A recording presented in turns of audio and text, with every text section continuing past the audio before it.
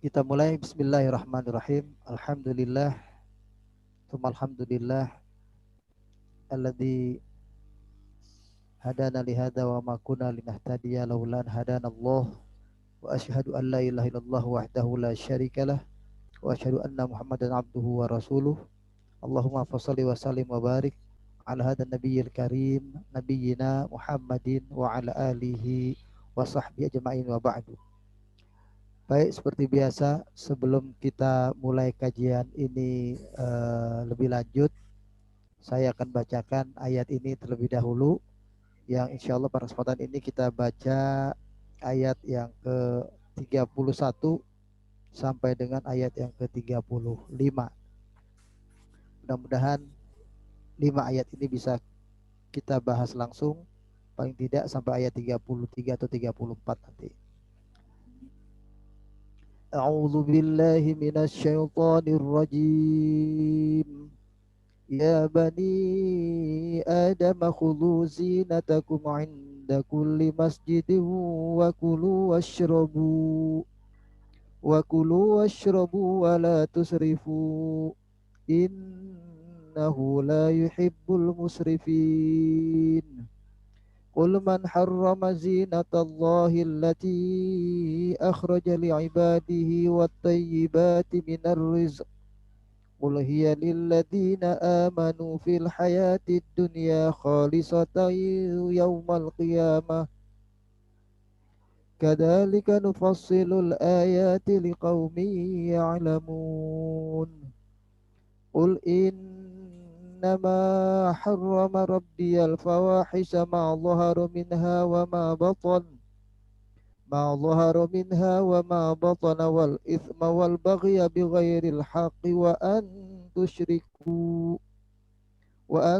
tusyriku billahi ma lam yunazzil bihi sultanan wa an taqulu 'ala Allahi ma la ta'lamun. Wa likulli ummatin ajal fa idza jaa ajaluhum la yastakhiruna sa'atan wa la yastaqdimun. Ya bani Adam imma ya'tiyannakum rusulun minkum yaqussuna 'alaikum ayati famanittaqa wa aslaha fala khaufun 'alaihim wa la hum yahzanun. Sadaqallah. Ayat ini kalau terjemahkan kurang lebih, wahai anak cucu Adam, ambillah perhiasan kalian saat kalian ke masjid atau beribadah, dan makanlah dan minumlah dan janganlah berlebihan. Sesungguhnya Allah tidak menyukai orang-orang yang berlebihan. Katakanlah wahai Muhammad, siapakah yang mengharamkan perhiasan Allah yang telah Allah keluarkan untuk hamba-hambanya untuk dinikmati, dan rezeki yang baik. Katakanlah bahwa itu semua adalah Allah sediakan untuk orang-orang yang beriman dalam kehidupan mereka di dunia, dan khusus bagi mereka nanti di hari kiamat. Demikianlah kami terangkan, kami uraikan ayat-ayat kami ini bagi kaum yang mengerti, yang mengetahui. Katakanlah wahai Muhammad, sesungguhnya hanyalah yang Allah haramkan itu adalah al-fawahish, kejahatan yang keji, baik yang nampak maupun yang tersembunyi, dan dosa-dosa pada umumnya, dan perbuatan yang melampaui batas tanpa hak, dan perbuatan mempersekutukan Allah, yang merupakan semua hal ini tidak diturunkan oleh Allah kekuasaan, ilmu untuk kalian melakukan itu semua, dan bahkan kalian mengatakan terhadap Allah apa yang kalian tidak ketahui ini. Dan pada setiap umat ada ajal, batas akhirnya, batas umurnya. Maka apabila telah datang ajal mereka, maka tidaklah mereka bisa mengakhirkan sedikit pun, dan tidak pula minta dipercepat. Wahai anak cucu Adam, jika seandainya datang kepada kalian para rasul di antara kalian yang Allah telah pilih, menceritakan kepada kalian tanda-tanda kebesaranku, ayat-ayatku, kata Allah, maka barang siapa yang bertakwa, memelihara diri, maka ia tidak akan merasakan rasa takut dan mereka tidak akan lagi bersedih dalam kehidupannya. Ini ayat yang untuk kesekian kali kalau kita perhatikan dari surat Al-A'raf ini, nida di Bani Adam, panggilan untuk anak cucu Adam. Di ayat di surat Al-A'raf ini paling tidak ada 4 kali disebutkan. Yang pertama pada ayat 26. Itu panggilannya, ya Bani Adam qad anzalna alaikum libasa yuwari sawatikum warisha. Wahai anak cucu Adam, sungguh telah kami turunkan kepada kalian pakaian yang menutupi aurat kalian dan pakaian yang menjadi hiasan yang membentuk kalian menjadi lebih baik. Walibasu taqwa dzalika khair. Namun pakaian takwa lebih baik. Itu ayat yang ke-26. Panggilan kedua pada ayat yang ke-27. Ya Bani Adam la yaftinannakum asyaitanu kama akhraja abawaikum minal jannah. Yang terjemahannya adalah, wahai anak cucu Adam, janganlah sekali-kali setan memperdaya kalian, menjadikan ujian untuk kalian. Tipu dayanya berhasil sebagaimana tipu dayanya telah berhasil mengeluarkan nenek moyang kalian, yaitu Adam alaihissalam dan Hawa dari surga. Lalu panggilan yang ketiga, inilah ayat ke-31. Ya Bani Adam khudhu zinatkum inda kulli masjid. Lalu panggilan yang keempat itu ada pada ayat ke-35. Ya Bani Adam imma ya'tiyannakum rusul minkum yaqusuna alaikum ayati. Nah, panggilan kalimat ya Bani Adam dalam hal ini sifatnya adalah untuk menguatkan kita semua dalam hal untuk mengingat kembali apa yang pernah terjadi pada nenek moyang kita Adam alaihissalam dan Hawa, bahwa kita adalah anak keturunan beliau dan beliau pernah tergelincir akibat godaan setan yang begitu dahsyat kepada beliau.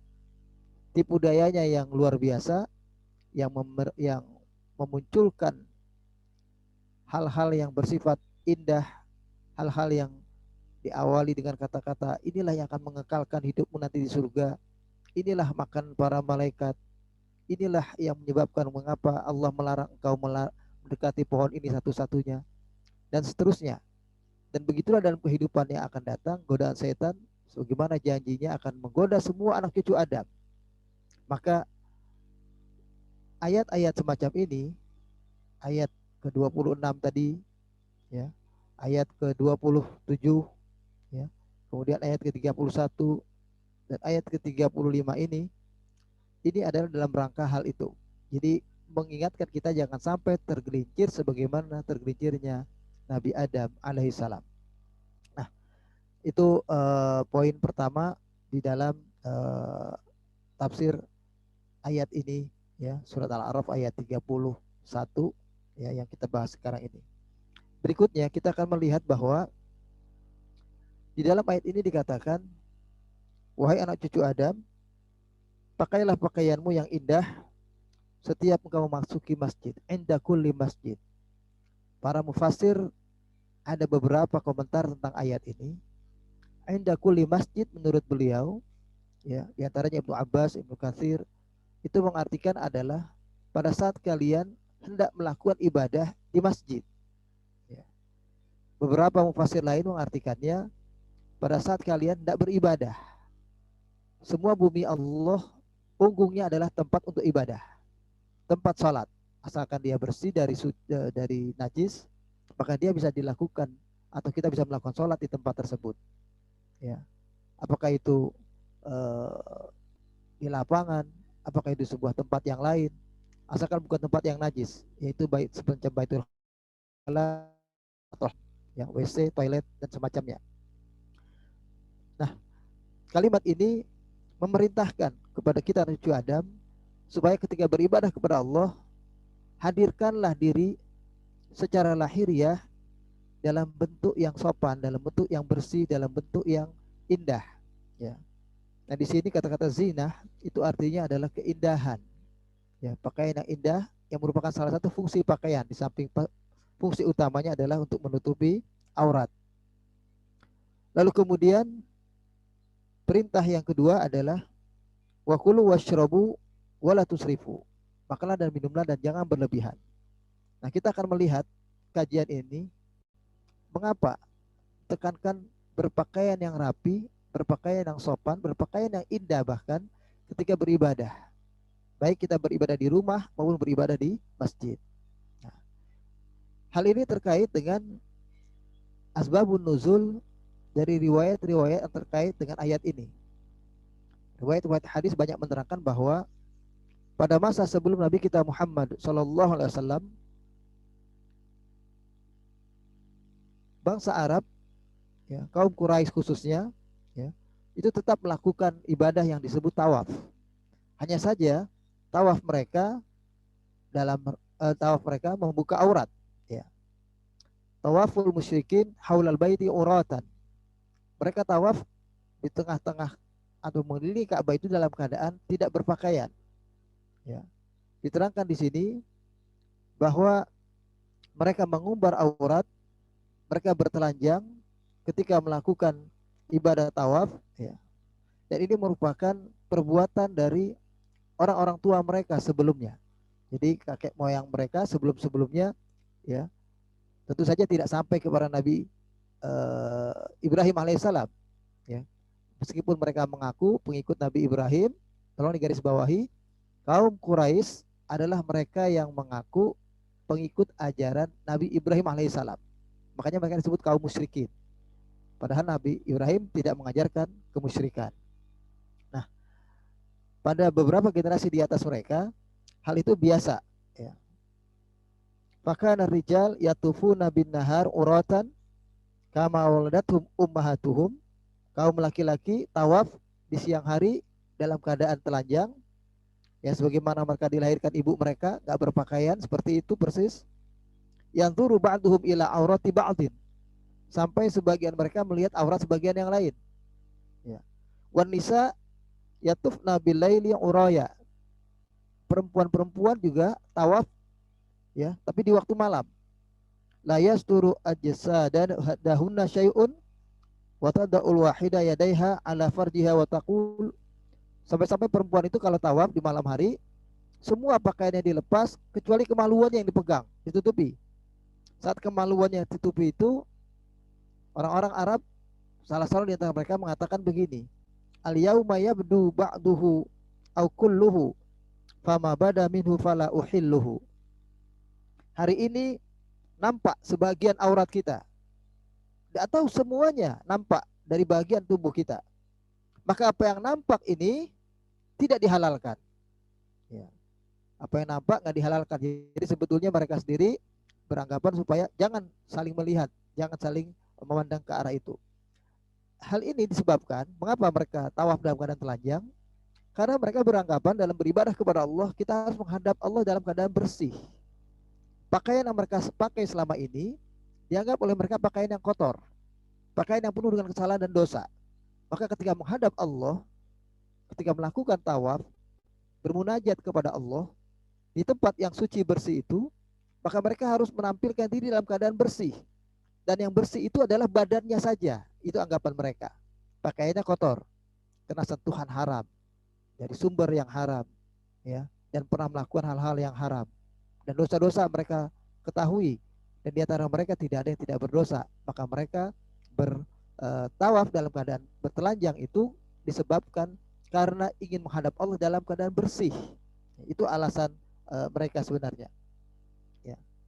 Nah, waqad qassa alaina al-Qur'anul Karim hadzal khabar al-mudahhis al-ajib, dalam kitab dirasat Qur'aniyah tulisan Syekh Ali As-Sobuni ini dikatakan bahwa Al-Quran menjelaskan ini semua, ya, untuk memunculkan kepada kita al-mudahhis al-ajib, satu bentuk keheranan orang mau dekat kepada Allah tapi dengan cara berpikirnya sendiri.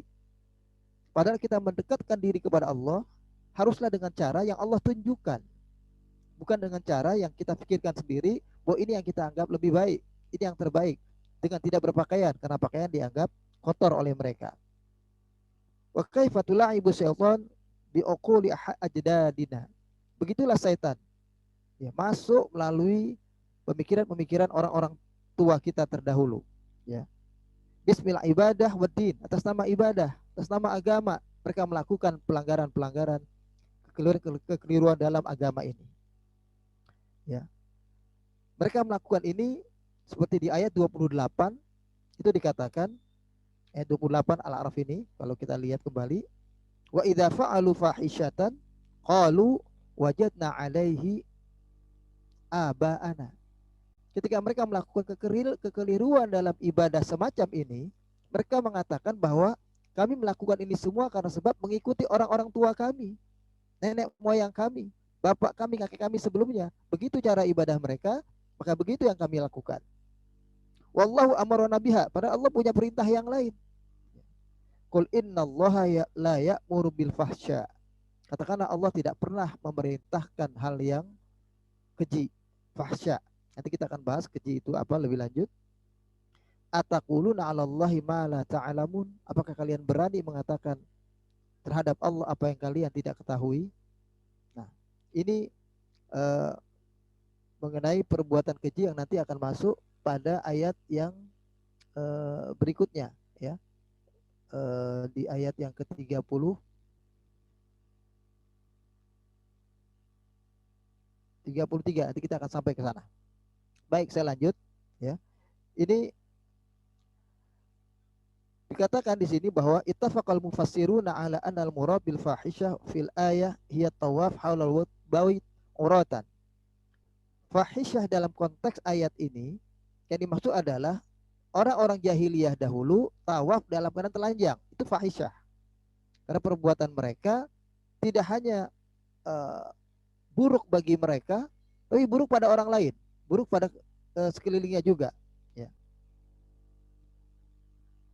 Nah, kemudian yang pokok lagi kita perlu lihat dalam hal ini, hujah mereka, alasan mereka, hujatul musyrikin al-fasidah, argumentasi mereka yang sangat lemah, dan argumentasi mereka yang tidak punya alasan kebaikan ya, bahkan merusak ya. Kaum musyrikin pada waktu itu memiliki dua pilihan ya. Pilihan yang dua-duanya juga sebenarnya buruk. Awaluhuma at-taqlid lil aba wa tsani al-iqtira' 'ala Allah azza wa jal.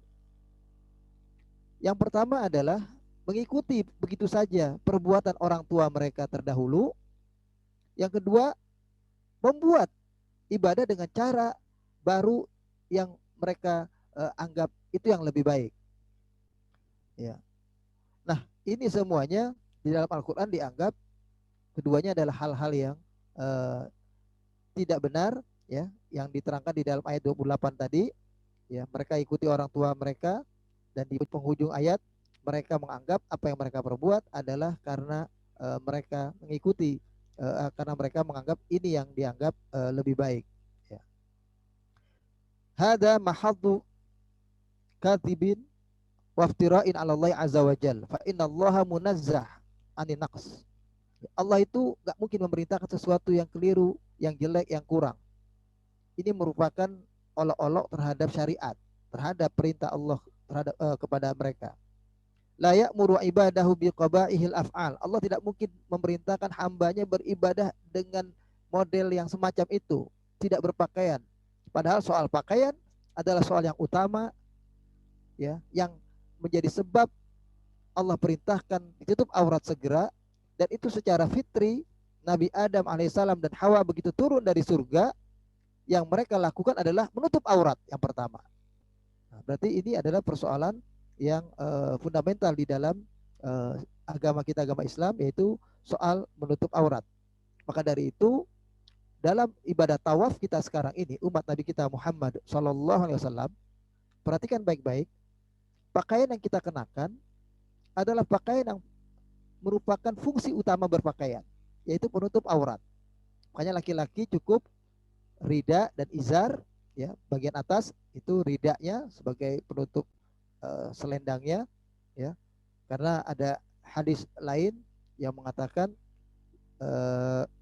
tidaklah salah seorang di antara kalian ketika sholat sebisa mungkin, ya, la yubdu lahunna, ya, jangan la yubdu, jangan menampakkan katifaihi, ya, wat usyai ala katifai, jadi letakkan sesuatu di dua pundaknya.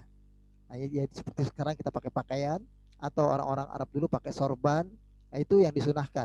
Itu ketika ibadah, ya, kita ada tutup. Nah, itu dalam tawaf juga demikian.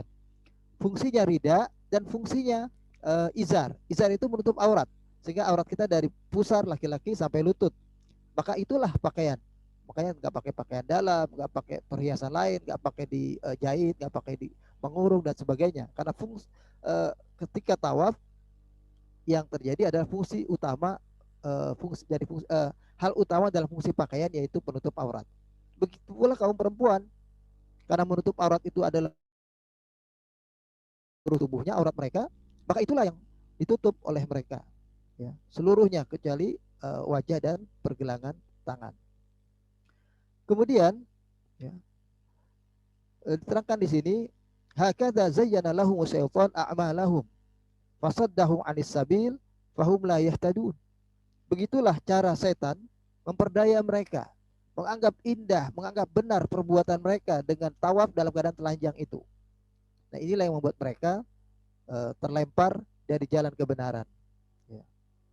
Nas'aluhu ta'ala an yajibana mazaliqa syaitan wa wisawasihi, ya, wa an yahfadzana min makarihi wa kaidihi. Kita berlindung kepada Allah, ya, dari segala macam tipu daya setan, dan memohon kepada Allah menjaga kita dari semua perbuatan perbuatan yang buruk, wal fahsya, dan perbuatan yang keji. Poin yang ketiga di dalam ayat ini yang ingin saya terangkan adalah perintah Allah akhduz zinah inda kulli masjidin, ay inda kulli ibadatin, ay inda kulli salatin. Ya. Jadi perintah Allah untuk kita berhias, berpenampilan yang lebih rapih, sopan ketika melakukan ibadah, ketika melakukan sholat. Ya. Nah, perintah di sini, ya, khudzu zinatakum inda kulli masjid, ya. Wal muradu bil masjid fil ayah inda kulli masjid. Ada yang mengartikan masjid karena ayat ini berbunyi inda kulli masjid, ai inda kulli salatin au tawafin. Sebetulnya maknanya luas, yaitu setiap kita hendak sholat dan setiap kita tawaf, pakai pakaian yang rapi, pakaian yang bersih.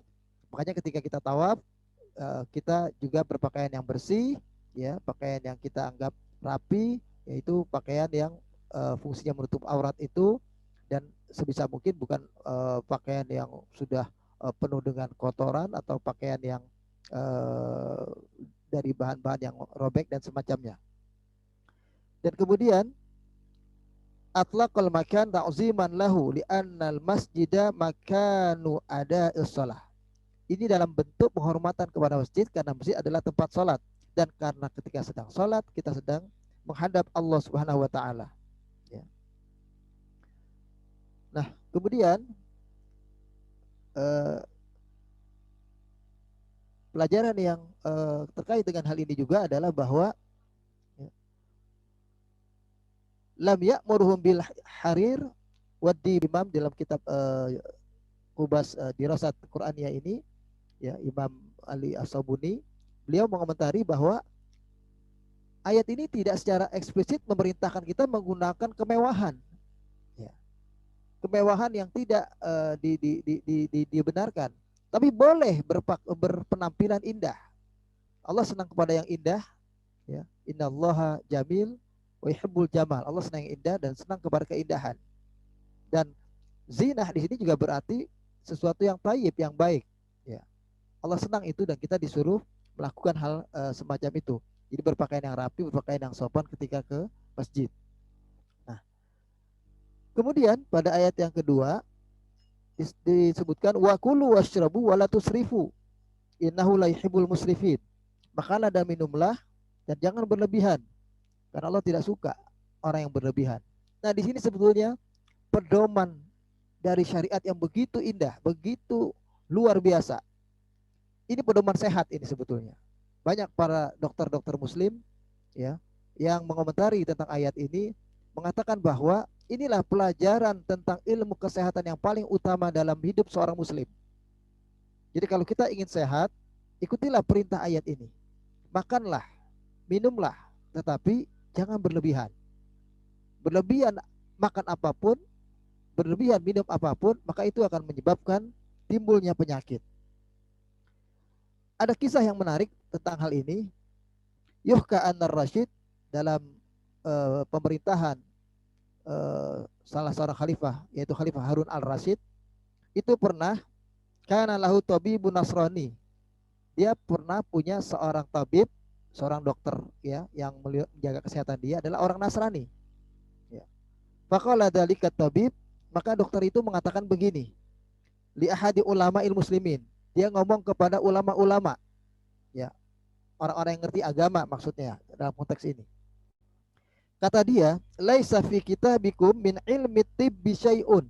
Dalam kitab Al-Qur'an yang kalian pegang, yang kalian punya, enggak ada penjelasan tentang ilmu kedokteran sedikit pun, kata dia. Wal ilmu ilman, ilmul abdan wal ilmul adiyan. Sedangkan ilmu adalah ada dua, ilmu tentang badan, berarti kita harus perhatikan kesehatan, baru ilmu agama. Kalian hanya mementingkan ilmu agama yang mengisi tentang ruh, tapi tentang badan kalian nggak perhatikan. Ini kata dokter penasehat kesehatannya Harun Al-Rashid pada waktu itu. Faqala lahu Syekh Al-Alim. Lalu dijawab oleh salah seorang yang ilmunya dalam di antara ilmuwan, di antara ulama saat itu. Katanya begini. Halo? Ya, saya lanjut ya. Kata orang alim itu, qad jama Allahu tibba kullahu fi nisfi ayatin min kitabihi. Sungguh Allah telah mengumpulkan ilmu tentang inti ilmu kedokteran ini, ilmu kesehatan ini hanya dalam sepotong ayat, bahkan bukan satu ayat yang lengkap. Sepotong ayat saja dalam Al-Quran itu sudah menerangkan tentang inti ilmu kedokteran, inti ilmu kesehatan, kata beliau. Wamahia. Nah, orang ini bertanya, si pendeta Nasrani, dokter Nasrani ini. Qala qauluhu ta'ala, ya, yaitu firman Allah yang mengatakan wa kulu washrabu wala tusrifu. Itulah potongan ayatnya. Faqala Nasrani, dokter Nasrani ini, ya, dokter Kristen ini bilang begini, wala yu'athir an rasulikum syai'un fit. Oke, Al-Quran ada, tapi nabimu dalam hadis gak ada tentang hal itu, bahwa memesankan tentang soal ilmu kesehatan kedokteran ini. Faqala lahul alim, maka kembali orang alim ini menjawab, qad jama'a rasuluna tibba fi alfazin yasirah. Rasulullah juga mengajarkan tentang ilmu kesehatan dan kedokteran ini, bahkan dengan ungkapan kata yang mudah dimengerti, kata beliau. Qala wa ma hiya, apa itu katanya? Qala qauluhu sallallahu alaihi wasallam, ya, ma mala'a adami wi'aan syarran min batnihi. Tidaklah dipenuhi perut anak cucu, tidaklah dipenuhi dari badan anak cucu Adam ini yang menjadi tempat sumbernya keburukan atau penyakit, melainkan adalah perut, katanya. Rasulullah sudah mengatakan perut adalah tempatnya sumber penyakit, kata Nabi. Bihasbi ibni Adam laqimatun yuqimna sulbahu. Mestinya anak cucu Adam kalau makan dan minum, makanlah dan minum yang membuat mereka bisa tegak berdiri untuk ibadah, untuk sholat, sekedar bisa berjalan untuk mencari nafkah. Bukan kemudian dia makan sepuas-puasnya, menikmatinya semuanya, tidak memperdulikan dampaknya pada diri dan badannya. Ya. Fa in kana la mahalata fa'ilan. Kalau toh mereka juga ingin makan yang agak lebih, kata Nabi, ya, perintah Nabi makan secukupnya, sekedar menegakkan badan. sekedar membuat kita bisa berdiri, bisa berjalan, bisa sholat, bisa ibadah. Tapi kalau juga pengen makan agak banyak, kata Nabi, silahkan boleh. Tapi ingat, fathulusun li ta'amihi, sepertiga dari isi perutnya adalah untuk makanan, wa thuluthun li syarabihi, sepertiga isi perutnya adalah untuk minuman, wa thuluthun li nafsihi, dan sepertiga lainnya adalah untuk dia bernafas, untuk dia bisa menghirup oksigen, bisa bergerak, ya. Faqala Nasrani ma taraka kitabukum wala nabiyyukum lijali nusitibban. Kalau begitu luar biasa agamamu ini. Gak seperti, ya, sangkaan dia sebelumnya, bahwa dalam Al-Quran, dalam hadis dipesankan tentang ilmu kesehatan ini. Inilah pesan-pesan yang nyata tentang agama kita, agama Islam ini, yang menyentuh sendi-sendi kehidupan manusia. Perintahnya dan larangannya langsung berimplikasi kepada apa yang dibutuhkan oleh manusia dalam kehidupannya. Dalam hal ini konteksnya adalah kesehatan mereka. Wal Islam dinun waqi'i. Memang Islam itu adalah agama yang memberikan dampak positif bagi kehidupan nyata sehari-hari kita sebagai seorang anak manusia. Lam yukallifun nasa an yatarohabu. Bahwa dalam Islam ini, ya, pemenuhan terhadap kebutuhan dasar manusia, ya, kebutuhan mereka ingin nampak indah, ingin nampak cantik, ya, dalam berpakaian, kebutuhan mereka ingin memenuhi hajat mereka, bisa makan supaya tidak lapar, minum supaya tidak kehausan. Dalam konsep Islam, ya, itu dipenuhi, dimanage, diatur sedemikian rupa, ya. Tapi tidak sampai membuat mereka ya tarohabu. Ya tarohabu itu menjadikan mereka berperilaku seperti rahib-rahib, melaparkan diri untuk dekat dengan Tuhan, ya, menyusahkan diri untuk dianggap oleh Tuhan dia adalah orang yang paling zuhud terhadap dunia, menjelek-jelekkan diri, berpakaian yang kumal, sehingga ke masjid dengan pakaian yang kotor, pakaian yang tidak rapi dan bersih, untuk menunjukkan bahwa dia adalah orang yang paling takwa, dia orang yang paling zuhud, ya. Islam tidak mengajarkan itu. Islam mengajarkan pemenuhan terhadap syahwat dengan lebih tepat, ya. Bahwa syahwat itu dikendalikan, diberikan kebutuhan-kebutuhannya. Da'a ila i'ta'i haqqil jasad. Islam datang memberikan pemenuhan yang jelas terhadap jasad, tubuh manusia, sebagaimana hadis Rasulullah yang mengatakan, inna li jasadika 'alaika haqqan. Sesungguhnya pada badanmu itu ada hak yang harus dipenuhi. Untuk diistirahatkan, kalian boleh bangun sepanjang malam mau sholat tahajud, tapi harus ada istirahatnya. Kalian boleh berpuasa, ya, tapi tidak boleh setiap hari, ada istirahatnya, ada waktu berbukanya, ya. Kama da'a ila i'ta'i haqqir ruh. Sebagaimana juga Islam memberikan porsi perhatian yang lebih juga terhadap pemenuhan terhadap makanan ruh, makanan ruh kita sebagai manusia. Disinilah wafaqa baina mutatallibatid dunya wa mutatallibatil akhirah. Allah membuat keseimbangan antara apa yang dibutuhkan oleh manusia ketika hidup di dunianya, mereka perlu apa, itu mereka diberikan syariat aturan yang bisa memenuhi kebutuhan mereka di dunia, dan apa yang menjadikan mereka nanti hidup bisa selamat bahagia di dunia, di akhirat, itu pun ada petunjuknya. Hada bi anna na'mal lidini di dunyana wa akhiratana, ya, musdaqan liqaulihi ta'ala, ya. Inilah kita disuruh dalam agama ini, ada porsinya kita berbuat untuk kepentingan dunia kita, dan ada porsinya kita berbuat untuk kepentingan akhirat kita. Meskipun akhirat itu yang utama, justru apa yang Allah karuniakan dalam kehidupan dunia yang Allah titipkan kepada kita dalam penguasaannya, berupa harta, berupa kesehatan, semuanya diarahkan ya mereka untuk mencari kebahagiaan hidup di akhirat. Sebagaimana firman Allah dalam Al-Quran di surat Al-Qasas ayat 78. Ini ayat yang cukup terkenal, sering kita baca. Allah mengatakan wabtaghi fima atakallahu daral akhirah. Carilah di dalam apa-apa yang telah Allah karuniakan kepadamu berupa kenikmatan hidup di dunia ini, kampung akhirat. Jadi disuruh oleh Allah cari kebahagiaan akhirat melalui fasilitas kenikmatan dunia yang sempat Allah kuasakan pada diri kalian. Hartakah, sehat badankah, sudah Allah kuasakan itu, maka manfaatkan ini untuk mencari kebahagiaan hidup di akhirat. Walatan sanasibaka minad dunia.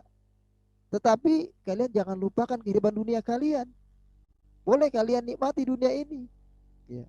Kalian boleh sedikit berpenampilan menarik, berpenampilan cantik, berpenampilan baik, sebagaimana nanti di dalam ayat 33 kita akan temui, ya, di mana Allah di dalam ayat itu, ya, saya terangkan saja sekaligus tidak apa-apa, ya. Di dalam ayat 33 di situ dikatakan Qul innama harramallahu Qul innama harrama rabbiya al-fawahish ma dhahara minha wa ma batan. Bahwa yang dilarang oleh Allah itu adalah hal-hal yang berakibat buruk bagi kehidupan seorang anak manusia, bagi kehidupan dirinya pribadi, bagi kehidupan orang lain. Ya. Indah, menarik, tapi membuat orang lain kesal, membuat orang lain kecewa, membuat orang lain marah karena penampilan mereka hanya indah untuk dirinya sendiri. Katakanlah seperti penampilan-penampilan artis-artis ataupun orang-orang yang berpakaian indah tapi tidak menutup aurat sebagaimana mestinya. Nah, itu adalah yang disebut dengan salah satu yang disebut dengan fahisyah. Nah, di dalam ayat ke-32-nya itu dikatakan Qul man harama zinatallahi allati akhraja li ibadih. Katakanlah wahai Muhammad kepada umat ini, kepada kita semua maksudnya. Siapa yang berani di antara kita yang berani siapa di antara kita yang berani mengharamkan apa yang telah Allah halalkan untuk dinikmati oleh hamba-hambanya. Jadi kenikmatan hidup dunia ini. Ya, itu yang dimaksud. Nah, ada kisah menarik di sini yang saya akan sampaikan, yaitu kisah sahabat Salman dan Abi Darda. Ya, sahabat Salman Al-Farisi dan Abi Darda dikisahkan, ya, dalam kisah di kitab ini, ya. Ruya anna nabiyya sallallahu alaihi wasallam, ya, akhaya baina Salman Al-Farisi wa Abi Darda. Diceritakan bahwa Nabi mempersaudarakan dua orang saudara muslim, ya, yang salah satunya adalah Salman dan Abi Darda. Dulu Nabi waktu datang ke Madinah, itu Nabi mempersaudarakan sahabat itu satu-satu. Dari kaum Muhajirin satu, Ansor satu. Dari Muhajirin satu, Ansor satu. Dipersaudarakan. Kamu saudaranya dengan ini, kamu saudaranya dengan ini. Itu Nabi sampai begitu. Supaya hidup mereka saling tolong menolongnya begitu kuat. Ya. Saling melindunginya begitu kuat. Saling memberinya juga begitu kuat. Karena memperhatikan satu saudaranya saja. Sedangkan untuk yang lain silahkan. Tapi yang lebih utama saudaranya yang sudah Allah persaudarakan ini. Ya. Nah, itu keadaan itu di zaman Nabi ketika Nabi hijrah ke Madinah. Nah, yang dipersaudarakan dalam hal ini adalah Salman Al-Farisi dan Abi Darda. Fazaro Salman akhahu fillah Abi Darda. Suatu hari Salman Al-Farisi datang berkunjung ke rumah Abu Darda. Ketika berkunjung ke rumah Abu Darda, faro'a Ummad Darda mubtadilah ay talbas thiyabal, ya, muhannah tarikah thiyabaz zinah. Salman melihat istrinya Abu Darda berpenampilan yang kumel, berpenampilan yang lecek. Ya, dia berpakaian dengan pakaian dapur gitu, pakaian yang habis kerja. Ya, dia tidak berpenampilan dengan pakaian yang rapi, pakaian yang bersih. Fakola, maka Salman bertanya, Masya nuka, ada apa gerangan? Kenapa engkau begitu? Ya, kok pakaianmu kumel, tidak rapi gitu. Ya, ada bekas kotoran dekilnya dari dapur dan semacamnya. Qalat, lalu istrinya Abu Darda mengatakan, akhuka Abu Darda la hajata lahu fid dunya. Saudaramu Abu Darda gak berhajat kepada dunia, gak pengen dunia katanya. Yasumun nahar wa yaqumul lail. Dia selalu berpuasa di siang hari dan selalu bangun di malam hari. Ya, puasa terus dan sholat malam terus. Faja'a Abu Darda falamma ra'ahu fariha bihi. Lalu kemudian datanglah Abu Darda mendapati mereka berdua, istrinya Salman dan Salman. Artinya ketika di depan pintu Abu Darda ada, tapi langsung menemuinya, itu maksudnya. Ya, bukan berarti istri Abu Darda sendirian di rumah, bukan. Ya, nampak Abu Darda langsung mendatangi dan dengan kegembiraan dia menyambut kedatangan Salman Al-Farisi. Wasana alahu ta'aman, lalu membuat makanan-makanan. Wa qaddamahu baina yadayhi, dan dia bikin makanan yang enak ya untuk saudaranya Salman ini.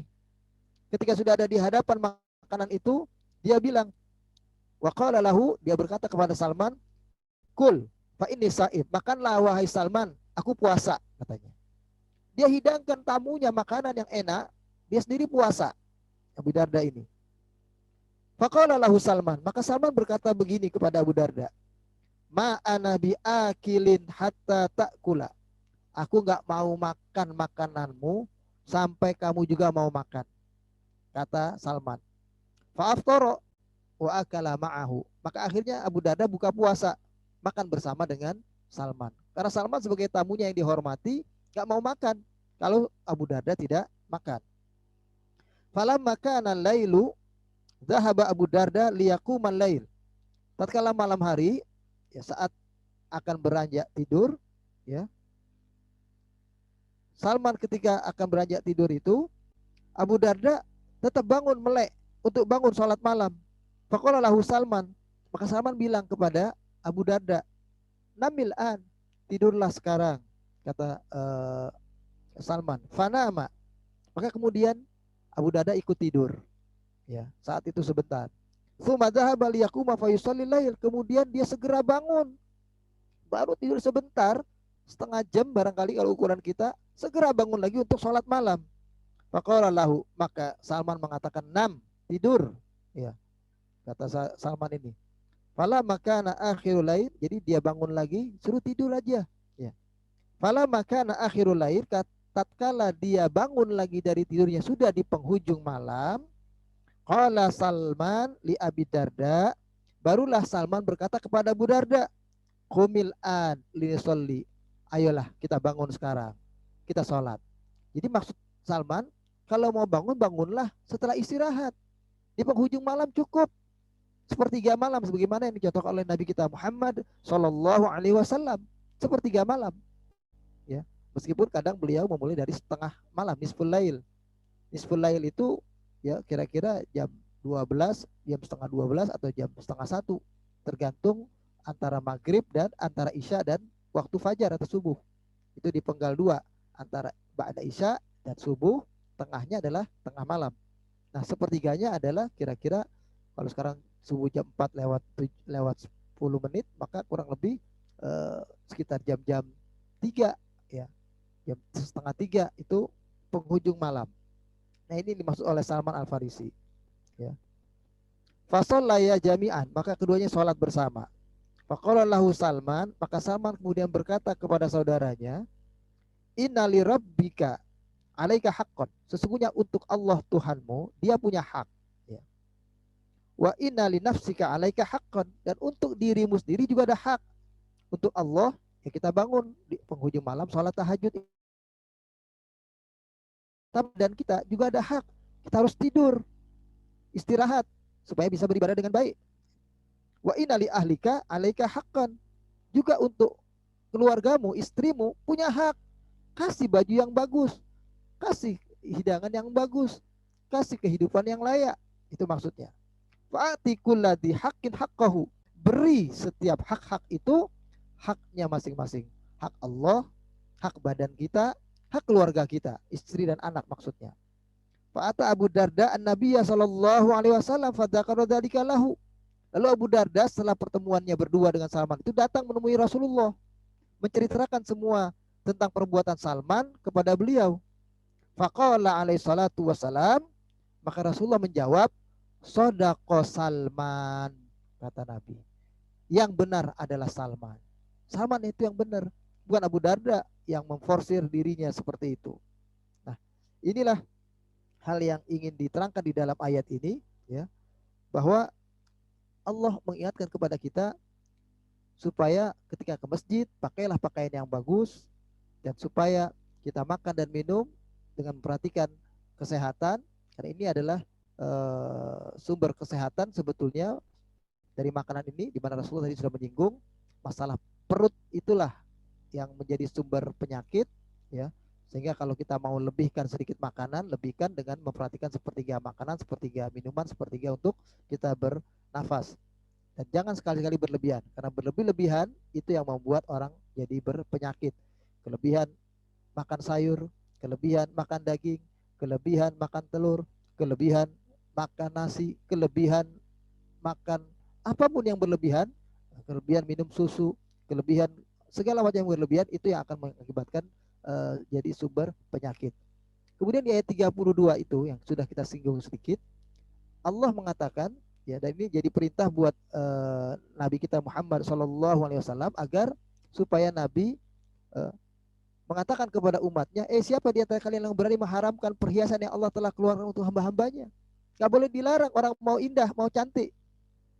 Orang yang kalau sudah punya rezeki yang banyak, katakanlah dia mau punya rumah yang bagus, punya rumah yang besar, dia ingin punya mobil, dia ingin punya mobil yang bagus, dia ingin berpenampilan menarik, ingin punya pakaian yang bagus, dia ingin punya sepatu yang bagus, yang kuat, yang katakanlah betul-betul punya manfaat yang ada unsur keindahannya di situ. Itu nggak apa-apa. Suatu saat Nabi eh, pernah dihadapkan kepada adanya seorang sahabat yang bertanya tentang sahabat yang lain. Ya Rasulullah, saya lihat si fulan, ya, sepatunya selalu baru, selalu bagus, pakaiannya selalu baru, selalu bagus. Ya, bukankah itu hal yang tidak baik dan menunjukkan kesombongannya ya Rasulullah? Lalu kemudian Nabi mengatakan tidak. Al-kibar, kata Nabi, al-kibar, sekali lagi kata Nabi, sombongan itu adalah batarul haq wa ghamtun nas, menolak kebenaran dan menganggap rendah orang lain, itulah arti sombong. Orang yang berpakaian baik, yang berpakaian menarik, berpakaian indah, punya rumah bagus, punya mobil bagus, tidak berarti orang itu adalah orang yang sombong. Memang hal yang semacam itu berpotensi untuk membuat orang menjadi sombong karena merasa paling hebat, paling punya banyak, ya, paling kuasa dan semacamnya, ya. Namun demikian, pada hakikatnya tidak dilarang. Sebagaimana di dalam ayat 32 ini itu dikatakan, siapa yang berani mengharamkan perhiasan yang telah Allah halalkan buat hamba-hamba Allah?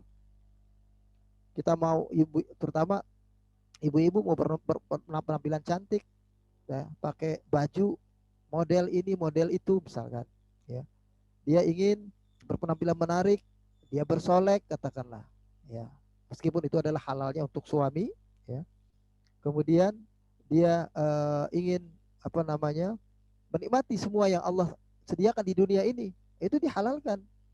Kata Allah, qul hiya lilladzina amanu fil hayati dunya, itu adalah kenikmatan yang Allah halalkan untuk orang-orang beriman di dunia ini. Silahkan nikmati. Bahkan dinikmati di dunia ini bersama dengan orang-orang kafir. Cuma bedanya kalau orang beriman menikmati keindahan ini dalam batas-batas syariah, ya. Sementara orang-orang kafir tidak peduli syariah. Lahirlah rumah-rumah mode, rumah-rumah cantik, salon-salon kecantikan. Itu kalau perbuatan orang kafir nggak peduli, ya. Halal haramnya lagi sudah mereka, nggak ada batasan lagi. Pakaian yang nggak menutup aurat, yang penting indahnya, yang penting cantiknya, yang penting modelnya bagus. Kalau kita lihat sejarahnya, ya, kata Said Kutub, siapa di balik ini semua? Beliau katakan, siapa di balik rumah mode ini semua? Ya. Beliau katakan di balik itu semua adalah al-Yahud, orang-orang Yahudi sebetulnya. Lupa kepada jangan, kita ada batasannya, boleh menikmati keindahan, tapi batasannya adalah sebagaimana konteksnya dengan aurat, yaitu fungsi utama pakaian adalah penutup aurat. Setelah itu dibikin model, yang penting aurat tertutup, silahkan. Ada yang selendangnya di sebelah kanan, selendangnya di sebelah kiri, ada yang ditutupnya menyeluruh semua, ya, ada yang bahkan pakai niqab, ya, ada yang menutupnya hanya bagian kepala, kemudian sekedar menutup aurat, kemudian diselempangkan lagi model-modelnya misalnya. atau bajunya dibuat jahitan-jahitan tertentu, itu masih dibenarkan asalkan bukan mode yang menimbulkan terbukanya aurat. Yang Allah haramkan di dalam ayat ini dikatakan, ya, nah, ini nanti khalisatan yaumal qiyamah. Bahkan buat orang beriman, keindahan dunia yang dinikmati sekarang ini itu khusus Allah berikan kepada orang beriman. Orang kafir karena di neraka, mereka nggak nikmati lagi itu semua. Ya. Kadzalika nufasilul ayati liqaumi ya'lamun. Demikianlah kata Allah di ayat 32 ini, ujung ayat 32, kami uraikan ayat-ayat ini kepada kaum yang ngerti, kata Allah. Ngerti bahwasanya hukum asalnya itu boleh. Makanya menjadi kaidah usul fiqh ini dalam kaidah para ulama fikih. Al aslu fil asya al ibahah. Hukum di dalam kita menikmati sesuatu dalam hidup ini itu boleh. Menikmati harta ini boleh. Berpakaian apapun boleh, sampai batasnya ada larangan. Makan apapun boleh, sampai ada batasnya makanan yang dilarang. Minum apapun boleh, sampai ada batasan minuman yang dilarang. Itu yang diharamkan oleh Allah. Justru orang-orang kaum musyrikin, kaum jahiliyah dulu mengharamkan apa yang Allah halalkan, ya, menghalalkan apa yang Allah haramkan. Itu yang dilarang dalam hal ini. Jadi perbedaan kita dengan orang-orang kafir, orang-orang musyrik, orang jahiliyah terdahulu adalah kita tidak sembarangan mengharamkan sesuatu. Sesuatu yang pada dasarnya sudah Allah halalkan. Nah, yang Allah haramkan, ayat 33 dijelaskan. Ada pedomannya. Qul innama, sesungguhnya hanyalah. Nah, ini kata-kata hanyalah, ini saja batasannya. Dan tolong diperluas pemahaman ini. Itu yang paling penting. Kata Allah, Nabi disuruh sampaikan, ya, kepada umatnya, innama harrama rabbi, sesungguhnya yang Allah haramkan, yang Tuhanku haramkan itu adalah al-fawahish, ya, perbuatan keji, ma dhahar minha wa batan. Perbuatan keji itu adalah perbuatan seperti perbuatan zina yang berakibat buruk pada dirinya, buruk pada keturunannya, buruk pada kehidupan keluarganya, dan bahkan buruk pada orang lain. Kalau jadi contoh orang lain, orang berzina, tidak peduli pasangannya itu halal haram dan seterusnya. Ini yang disebut dengan fawahish, perbuatan keji, ma dhahara minha wa ma batan, apa yang nampak, apa yang tersembunyi. Maksudnya adalah yang nampak ini yang perbuatan kejinya terlihat langsung oleh orang banyak dan menjadi contoh bagi orang banyak. Apalagi perbuatan itu dilakukan oleh pemimpin, dilakukan oleh orang-orang yang menjadi teladan, katakanlah ulama dan semacamnya. Ya, ketika melanggar perbuatan syariat ini atau berbuat keji ini. Wa ma baton, apa yang dampaknya buat diri sendiri. Katakanlah seperti contoh orang merokok, katakanlah misalnya. Merokok ini ma dhahara minha, itu maksudnya adalah ketika dia merokok berakibat buruk juga pada orang lain. Wa ma baton, ketika dia merokok hanya untuk dirinya sendiri. Dua-duanya tetap nggak boleh sebetulnya. Meskipun hukum soal merokok ini, kalau kita kepada kaidah fikihnya tetap masalah khilafiyah, bahwasanya ada yang mengharamkan dan ada yang hanya sebatas hukumnya makruh. Ini tidak bisa kita paksakan satu pendapat tertentu, karena kalau itu kita paksakan, kita tidak akan sampai kepada nilai-nilai kemurnian agama yang meninggikan safwatul Islam, ya, semangat perjuangan Islam, yang ternyata di antara orang yang semangat membela Islam dan berjihad itu pun juga ada yang masih merokok misalnya. Kita tidak bisa mengharapkan, meskipun kita juga hormati ada yang mengharamkan masalah rokok. Maaf, kita tidak jangan sampai terjebak kepada persoalan itu. Tapi yang saya maksud dalam konteks nampak dan tidak nampak adalah, yang nampak adalah perbuatan yang berakibat buruk juga pada orang lain dan orang banyak, sedangkan yang tidak nampak adalah perbuatan buruk yang hanya dampaknya mungkin bagi dirinya sendiri. Itu yang saya maksud. Wal ithma, nah, perbuatan dosa. Kenapa dibedakan fawahish dan ithma? Kalau ithma ini dosa-dosa biasa, katakanlah dosa-dosa orang jahil, ngomongin orang, aib orang, ya, mencuri, ngambil, itu dosa-dosa biasa. Tapi fahisyah ini dosa yang luar biasa. Perbuatan dosanya yang berakibat buruk tidak hanya pada dirinya, tapi juga keluarganya, tapi juga pada keturunannya, tapi juga pada masyarakatnya, sehingga timbul penyakit AIDS semacam ini misalnya, ya, penyakit LGBT, penyakit macam-macam yang terjadi itu akibat berkembangnya perbuatan fahisyah. Nah itu fahisyah itu di situ. Nah kalau itma di sini adalah dosa pada umumnya. Wal baghya disebutkan spesifik juga adalah perbuatan orang melampau. Ya. Dia punya harta yang banyak, boleh dia nikmati, boleh dia beli apapun yang ingin dia inginkan untuk perhiasan rumahnya, tapi tidak boleh melampaui batas. Nggak tahu diri, sementara tetangganya kiri kanannya iri melihat itu, misalnya. Atau dia jadi pamer, atau orang yang punya kekuasaan.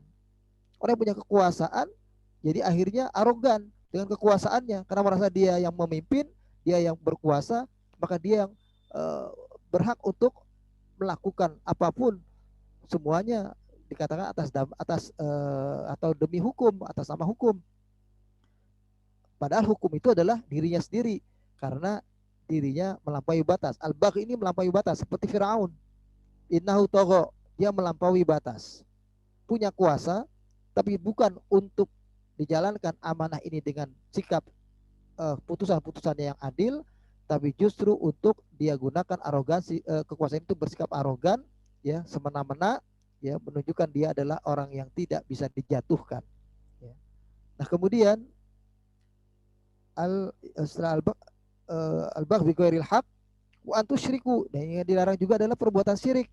Nah ini yang dilarang. Jadi yang diharamkan di dalam agama itu al-huwa haramahullah ta'ala ala ibadihi. Kalau dicatat ada 5 di dalam ayat ini. Yang pertama adalah al-iffah.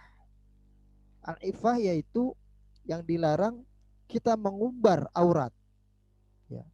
Membuat diri kita itu kayak gak punya rasa malu, gak punya kehormatan diri. Ini yang dilarang. Yang pertama, ya. Perbuatan yang membuat kita mengumbar syahwat, mengumbar aurat kita sehingga kita tidak punya rasa malu. Yang kedua, perbuatan yang bisa merusak akal. Ini yang dilarang. Ya. Ketika kita minum minuman keras, ya, kita berjudi misalnya, itu yang dilarang karena itu merusak akal, ya. Kemudian nafs, ya, merusak jiwa, ya. Ketika orang juga termasuk perbuatan zina tadi di dalamnya, kemudian juga termasuk orang zalim, arogansi kekuasaan, ya, semena-mena sehingga bisa membunuh, memerangi, melukai siapapun yang dia inginkan, ya, termasuk, ya, kezaliman, kekuasaan, ya, terhadap orang-orang yang seperti Firaun itu disebutkan di dalam Al-Qur'an itu. Firaun di surat Al-Qasas, ya, surat yang ke-28 pada ayat yang pertama. Ini sikap Firaun yang sekarang ini modelnya sama kurang lebih dengan kondisi kita sekarang ini. Itu dikatakan di dalam ayat ini, natlu alaika min naba'i Musa wa Fir'aun bil haq liqaumi yu'minun. Ada ayat 3, ya. Kami bacakan kepada kau wahai Muhammad tentang kisah Nabi Musa dan Fir'aun dengan benar kisah ini untuk mereka yang yakin, yang beriman ini. Inna fir'auna ala fil ard, sesungguhnya Fir'aun itu melampaui batas, merasa sombong, merasa tinggi, merasa kuasa paling hebat di bumi Mesir pada waktu itu. Wajala ala syi'an, mereka menjadikan penduduk negeri itu berpecah-pecah, ya. Yastad'ifu ta'ifatan minhum, dilemahkan satu golongan, ya, dan diangkat golongan yang lain, ya. Minhum, ya. Yudabihu abnahum, disembelih anak-anak bayi laki-laki di antara mereka dan dibiarkan hidup bayi perempuan di antara mereka. Sikapnya memecah belah keberadaan kaumnya atau rakyatnya itu sendiri. Diangkat satu golongan, diinjak satu golongan lain. Innahu kana minal mufsidin. Firaun itu adalah hanya contoh di antara orang yang merusak dalam kehidupan di muka bumi ini. Jadi bukan satu-satunya saja Firaun. Maka kata Allah nanti, wa nuridu an namunna 'alal ladzina sud'ifu fil ard wa naj'alahu a'immatan wa naj'alahumul warithin. Kami akan berikan nanti, ya, kenikmatan bagi orang-orang yang dilemahkan dalam bentuk mereka akan Allah menangkan dalam perjuangannya. Kami jadikan mereka pewaris terhadap kekuasaan yang ada karena kekuasaan manusia pastinya terbatas. Itu terkait dengan ayat yang ke-35 bahwa setiap umat ini batas kekuasaannya ada. Setiap rezim batas kekuasaannya ada, tidak akan selamanya. Hanya berlangsung 5 tahun, hanya berlangsung 10 tahun, hanya berlangsung katakanlah 100 tahun, katakanlah beberapa puluh tahun saja. Nah, itu yang terjadi pada mereka. Wa numakkinna lahum fil ard, dan kami akan tempatkan orang-orang yang ditindas tadi itu, kata Allah dalam ayat ini, untuk menguasai negeri Mesir itu, dalam konteks Firaun ini, ya, untuk menguasai tempat yang mereka perjuangkan karena pemimpinnya zalim itu. Wa nuriya fir'auna wa haman wa junudahuma minhum ma kanu yahdarun, dan akhirnya nanti kami akan perlihatkan kepada Fir'aun dan Haman dan tentara-tentara keduanya terhadap apa yang mereka khawatirkan, bahwa jatuhnya kekuasaan mereka karena sebab mereka berkuasa secara zalim. Nah, itu petunjuk Allah tentang apa namanya, masalah al-bagh, perbuatan dosa yang terkait dengan masalah an-nafs ini. Awil mal, ya, perbuatan yang dilarang Allah itu yang terkait dengan harta.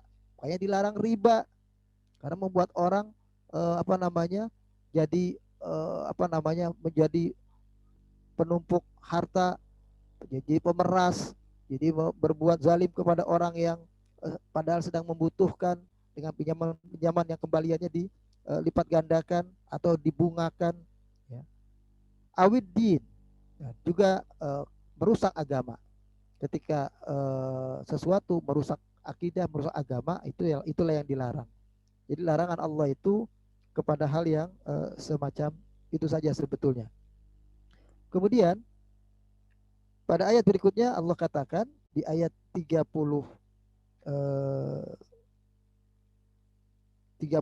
ini, ya, Allah katakan wa antaqulu 'alallahi ma la ta'lamun. Ya. Kalian semua ini perbuatan fahisyah, perbuatan dosa tadi, al-itham, perbuatan melampaui batas ini, ya, perbuatan syirik ini, semuanya kalian lakukan perbuatan dosa-dosa ini, ya, atas dasar sesuatu yang bukan petunjuk Allah. Allah tidak menurunkan arahan-arahan, rambu-rambu untuk kehidupan yang semacam itu bentuk syariatnya. Kalian merasa punya otoritas untuk membuat hukum seperti itu sendiri. Nah, apakah kalian berani mengatakan terhadap Allah, ya, apa yang tidak kalian ketahui? Nah, ini apa namanya, kalimat yang bersifat apa namanya, kutukan sebetulnya dari Allah, tapi sifatnya menyindir, ya, sifatnya katakanlah semacam kalian melakukan apa yang kalian lakukan selama ini, mengambil hukum selain Allah ini, bertahkim dengan pendapat kalian sendiri, tidak kepada petunjuk Allah ini, itu dengan anggapan bahwa kalian ngerti tentang hal ini dan syariat membenarkan tentang hal ini. Kalian menganggap Allah membolehkan perbuatan kalian melakukan hal-hal semacam itu, padahal kalian tidak mengetahui bahwa itu adalah sebuah kekeliruan. Makanya pada ayat yang berikutnya, di ayat yang ke-34, itu dikatakan, ini konteksnya kepada kekuasaan, walikuli ummatin ajalun, pada setiap umat ini, setiap generasi selalu ada batas umurnya. Tidak selalu bangsa A selamanya hidup, maka dia akan ada kejatuhannya. Tidak selalu katakanlah zaman dahulu bangsa Romawi, bangsa Parsi, ya, itu selalu dalam kehidupannya leading, berkuasa sepenuhnya. Karena ketika Allah menghendaki mereka jatuh, fa idza jaa ajaluhum la yastakhiruna sa'atan wa la yastaqdimun. Tidak akan mereka bisa minta diakhirkan dan tidak bisa dimajukan. Kenapa konteksnya kepada kekuasaan? Padahal tadinya awalnya larangan-larangan ini sepertinya soal individu. Nah, ini terkait dengan individual, kekeliruan yang bersifat individual tadi, itu hanyalah merupakan benih dari lahirnya ketika individu-individu semacam itu setelah berbuat fahisha, berbuat dosa, berbuat pelanggaran-pelanggaran, merasa ringan, tidak ada hukumannya di hadapan Allah, bahkan merasa itulah agama, itulah syariat yang Allah perintahkan sebenarnya buat kehidupan kita ini. Maka ketika sudah menjadi sebuah komunitas, maka akhirnya dia menjadi sebuah kelompok, dan ketika sudah menjadi kelompok, ya mereka kemudian membuat pengaruh-pengaruh, bukan tidak mungkin akhirnya mereka punya kekuasaan.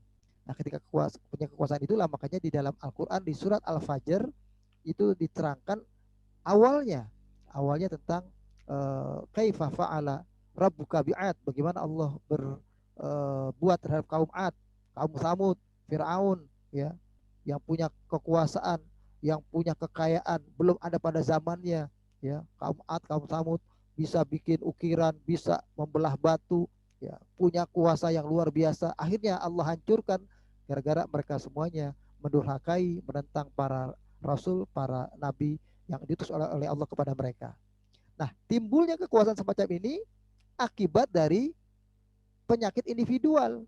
Apa itu? Diterangkan di ayat itu juga, Al-Fajr itu. Fa'amal insan idza mabtalahu rabbuhu fa akramahu wa na'amahu fa yaqulu rabbi akraman. Bahwa manusia yang keliru dalam pandangan hidupnya itu adalah mereka yang mengira ketika Allah kasih kenikmatan kepada mereka, Allah kasih kekayaan kepada mereka, Allah kasih kemakmuran kepada mereka, mereka mengira tanda Allah sayang kepada dia, tanda Allah memuliakan hidupnya. Ya. Sebaliknya, wa amma idza mabtalahu faqadara alaihi rizqahu fayaqulu rabbi ahanan. Ketika Allah membatasi rezekinya, dibuat dia sedikit susah, dibuat lebih menderita, dia mengira Allah tidak sayang kepadanya. Kan dia, Allah sedang menjauhkan diri Allah kepada atau daripada dia. Nah, padahal urusan kesejahteraan dan urusan penyakit atau urusan keterbatasan rezeki itu tidak terkait dengan kemuliaan dan kehinaan hidup seseorang di mata Allah. Barulah seseorang itu dianggap mulia hidupnya ketika ada karunia Allah kepada mereka, ada Allah kasih kekayaan, dikasih kekuasaan, kesejahteraan, dia sikapi dengan sikap rasa syukur, memerintah dengan adil, membuat sejahtera umat semuanya. Maka disitulah tanda Allah sayang kepada umat, kepada bangsa, kepada kelompok itu atau kepada individu itu. Dan sebaliknya setiap individu yang ketika dapat dibatasi oleh Allah rezekinya, dikasih susah sedikit, menderita sedikit, dia mampu mensikapinya dengan sikap sabar, ya, berjuang terus untuk berusaha mengatasi kemiskinannya. Maka yang seperti ini, ya, ketika dia sabar, tidak menyalahkan Tuhan, tidak berprasangka buruk kepada keadilan Allah dalam membatasi rezeki yang ia terima saat itu, maka inilah yang disebut dengan kemuliaan juga. Bukan oleh sebab itu penderitaan, kemiskinan bukan tanda penghinaan Allah kepada seseorang, bukan tanda Allah tidak sayang kepada seseorang, dan sebaliknya kemuliaan, kelebihan, kekayaan, harta, kenikmatan hidup yang Allah berikan kepada seseorang itu juga bukan tanda Allah sayang atau Allah muliakan orang itu. Nah, dari individu yang seperti inilah ketika sudah berkelompok jadilah kekuasaan Firaun, kekuasaan kaum Ad, kekuasaan kaum Samud seperti yang tadi. Makanya konteks ayat 33 ini kenapa larinya kok langsung kepada kekuasaan, kepada umat, karena mereka akan menjadi individu-individu yang berkelompok, dan ketika itu sudah terjadi maka inilah yang akan membahayakan kehidupan umat, kehidupan kita dalam beragama ini. Akhirnya di ayat 35 barangkali ini saya harus batasi, nanti kita akan sambung, ya. Ayat 35 ini menceritakan tentang bagaimana fungsi para rasul utusan Allah itu kepada mereka, dan bagaimana akhirnya diterangkan harus umat ini bersikap terhadap ajakan dakwah yang disampaikan